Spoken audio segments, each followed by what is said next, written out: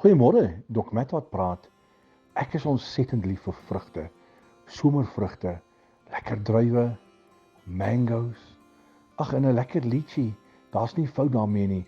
So al die somervrugte, ek is ontsettend lief daarvoor. Maar dan kom die wintertye, dan is 'n lekker narkie ook maar lekker en 'n lekker lemoen is net so lekker. Dan geniet ek vrugte en vrugte is goed vir 'n mens, so dis nie 'n probleem nie.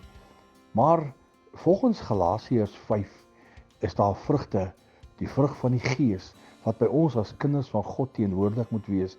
Liefde, blydskap, vrede, lankmoedigheid, sagmoedigheid. So daar in Galasiërs 5, gaan lees bietjie Galasiërs 5, daar vanaf die 22ste en die 23ste versie, dan gaan jy sien die vrugte van die Gees. En ek wil u bemoedig vandag, laat die vrugte van die Gees in u lewe teenwoordig wees, dat die wêreld kan sien dat Jesus in u lewe is, maar die vrugte is belangrik om gedra te word in jou lewe.